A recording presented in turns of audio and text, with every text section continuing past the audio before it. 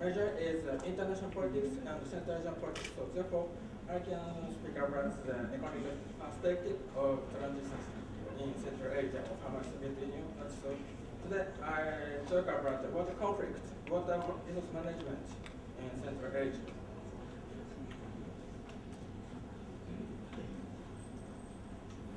So at first, so I think in Central Asia is now the second phase of transition. Because so first phase of transition in Central Asia is the 19th century, from 19th century to the first of 20th century. Because so Central Asia usually we call it in Kazakhstan, Uzbekistan, and Turkmenistan, Kyrgyzstan, and Tajikistan. These 5 countries we call Central Asia usually.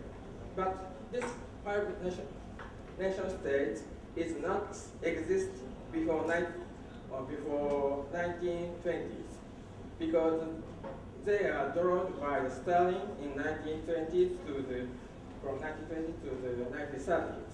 So therefore, before this 1920s, so there are only 3 kingdoms. It's not practically different border with now 5 republics. So from the 90s and to the first 20s, it's a fast transition of Central Asia. But today, I talk about the second transition phase of Central Asia, so after the 1991. So because Central Asian republics independent by the collapse of the Soviet Union. So Central Asian republics, so drawn by Stalin, and they have no. It is the only first step to independent nation states. So now, so the second transition period is the first step to the forming a nation state and independent republics. So, and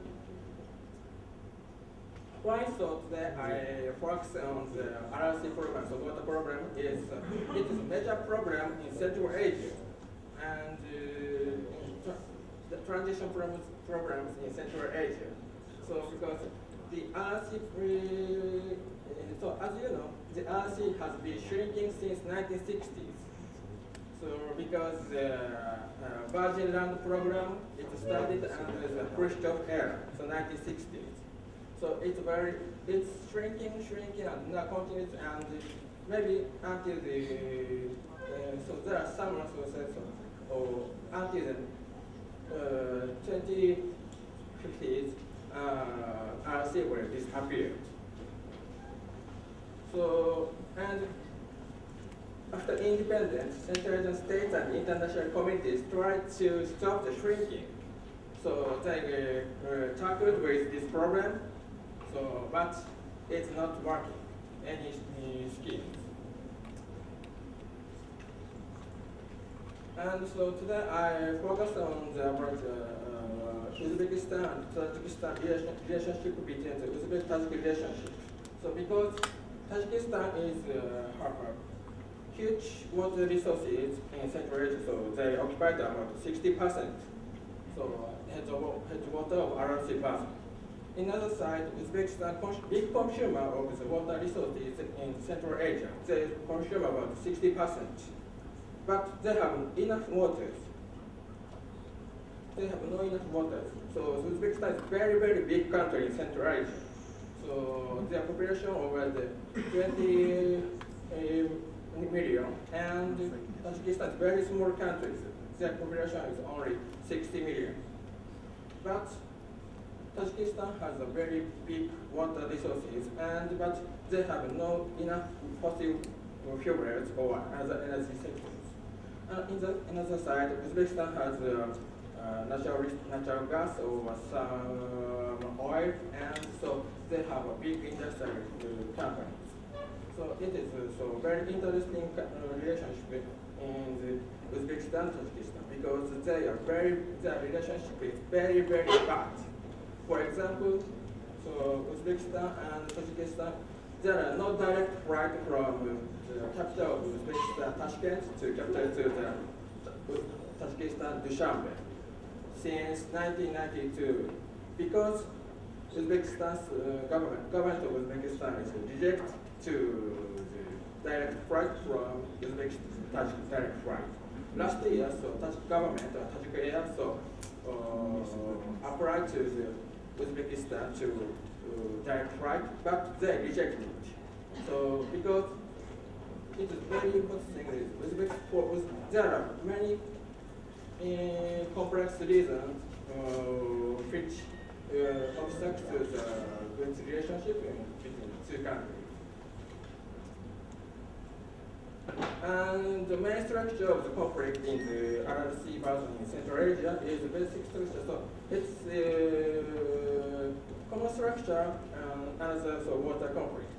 Basic structure of the conflict is upstream versus downstream. Upstream countries, Kyrgyzstan and Tajikistan. So RRC basin consists of two big rivers. One is Sirdarya, another is Amdarya. So its Sil River is mainly stream of Kyrgyzstan, Kazakhstan, Uzbekistan.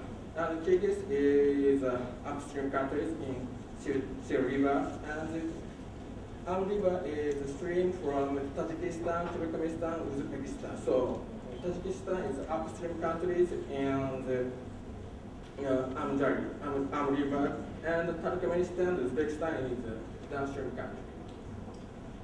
Basically, so the upstream countries need energy. They have no enough fossil fuels. Therefore, they need the energy, especially in winter season, because they are mountain countries and winter is very severe. So they need energy in winter. But they have no enough natural gas or oil, so they need hydropower, electricity. Therefore, they use the hydropower station in winter season mainly. So, but downstream countries, they need the water for irrigation in summer times. So, agriculture, so they need, they wish to upstream countries to freeze stream and discharge the water in summer. But downstream countries reject it because they need it in winter. So they reserve the water in summer, and they discharge the water in winter. But in winter, so many huge waters is discharged, and downstream irrigation is broken, or so some water is disappeared. So this is a main conflict schemes and mechanisms in Central Asian countries. And this mechanism is started since Soviet era. So, so before 1987, so it's before the perestroika, it's mystery. Basically, the water management is based on controlled by the central government of the Soviet Union. So mainly, so Ministry of Land Reclamation and Water Management is decided how to allocate or fund its discharge. So they decided, and based on the main hydrometeorology services. But